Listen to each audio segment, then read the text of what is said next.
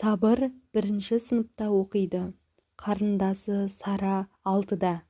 Сабыр кітап оқудан гөрі ойнауды ұнатады. Жарты жыл өтті.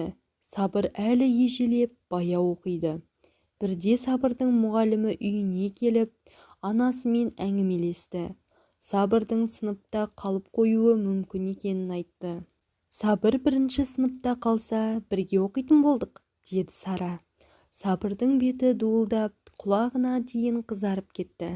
Сара ағасының сөмкесінен әліппені алды да дауыстап оқи бастады. Мұғалім Сараға риза болды. Сол күннен бастап Сабыр мүлде өзгерді. Кітапты қолынан тастамайды, дауыстап оқиды. Мұнына анасы да риза.